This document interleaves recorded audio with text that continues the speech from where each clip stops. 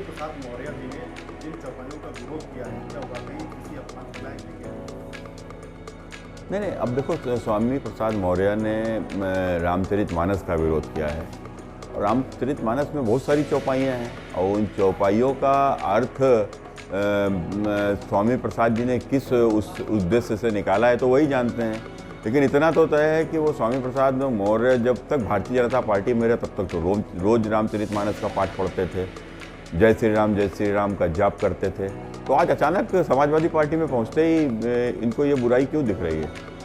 मेरा तो स्पष्ट मानना है कि तो अखिलेश यादव के कहने पर, अब चूंकि अखिलेश यादव ने मंदिरों में जाना शुरू कर दिया है तो मंदिरों में जाएंगे तो उनका विशेष वोट प्रभावित होगा।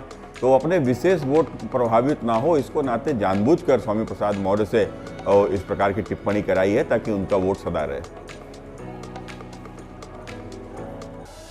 स्वामी प्रसाद मौर्य ने रामचरित की चौपाई में कुछ उस पर सवाल उठाए हैं, उन्हें क्या भगवान राम की तुलना ठीक है? देखो, स्वामी प्रसाद जैसे लोग जो केवल जो जाति का सहारा लेकर राजनीति करते हैं, ऐसे लोगों का अब राजनीति में कोई स्थान रहा नहीं। जनता ने बता भी दिया है, भविष्य में और भी समझ में आ जाएगा इनको। अखिलेश यादव इस मामले में खामोश क्यों है? क्या उनकी खामोशी को स्वामी प्रसाद मौर्य के लिए मूल सहमत समझे? देखो, जैसे स्वामी प्रसाद जी ने कहा ना, मौनम स्वीकृति, तो कुल मिलाकर अखिलेश जी के आदेश पर मैं इस बात को बहुत स्पष्ट रूप से कह रहा हूँ कि चूंकि अखिलेश जी ने मंदिरों में जाना शुरू कर दिया है, अब वो टोपी नहीं लगाते हैं, अब वो रोज़ा अफ्तार नहीं करते हैं, अब वो दरगाह पे जाकर चादर नहीं चढ़ाते हैं, मंदिरों में जाते हैं, तो इसलिए उनका विशेष वोट प्रभावित हो रहा है। और जो विशेष वोट प्रभावित ना हो इसलिए राम को गाली देना बहुत महत्वपूर्ण है, रामचरित को गाली देना बहुत आवश्यक है। तो इसलिए रामचरित को बैन करने की मांग स्वामी प्रसाद के माध्यम से अखिलेश जी ने कराई है। समाजवादी पार्टी की विचारधारा इस मुद्दे पर दो हिस्सों में बढ़ गई है, क्या भविष्य में पार्टी को इससे बड़ा नुकसान सकता है? देखो, समाजवादी पार्टी की विचारधारा ही रामद्रोही है। समाजवादी पार्टी अस्तित्व में ही राम भक्तों के ऊपर हत्या कराकर ही आई है और उसके बाद में जिस प्रकार से लगातार, एक नहीं उनके अनेकों लोग ऐसे हैं जो लगातार रामचरितमानस का अपमान करते रहे, श्री राम का अपमान करते रहे, हमारे हिंदू समाज का अपमान करते रहे।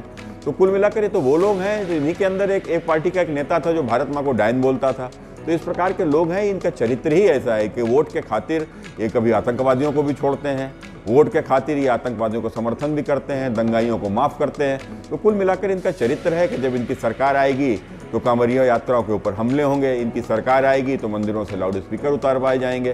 तो इनका ये चरित्र है। 24 के चुनाव से पहले क्या ये कमंडल वाली पॉलिटिक्स है, क्योंकि यूपी से बिहार तक ये मुद्दा गर्म है और इसके सारे अम्बेडकरवादी वोटों को रिझाने की कोशिश की जा रही है? देखो, जाति के नाम पर जिनका जो अस्तित्व में आए, जाति के नाम पर जिनका जन्म हुआ राजनीति में, और आज वो जाति ही उनका एकमात्र सहारा रह गई है। क्योंकि जब सत्ता में आए तो सिवाय लूट के कुछ किया नहीं, सत्ता में आए तो सिवाय गुंडागर्दी को बढ़ावा देने के, माफियावाद को बढ़ावा देने को कुछ किया नहीं, चारों तरफ दंगे होते थे। तो ऐसे लोग, अब इनके पास सहारा क्या है राजनीति में?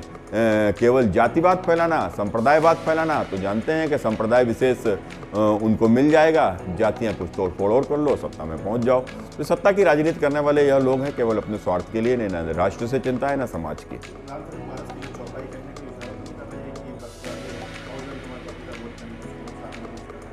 देखो, रामचरितमानस से राजनीति को जोड़ना कदापि ठीक नहीं है। क्या किसी की हैसियत है कि कोई कुरान का सवाल करे? कुरान की कोई आयत से जोड़े जाति को? किसी प्रकार के कोई बाइबिल की कोई आयत से जोड़े जाति को? या बाइबिल और कुरान की बात नहीं कर सकते हैं तो केवल हिंदू समाज का अपमान करेंगे। चूँकि हिंदू समाज, मुझे लगता है कि अब वो समाज उस तरीके का रहा नहीं। आने वाले दिनों में जिस प्रकार से आज कुरान और बाइबिल का अपमान करने वालों को जो दंड मिलता है, वो दंड कहीं हिंदू समाज के द्वारा ना शुरू हो जाए।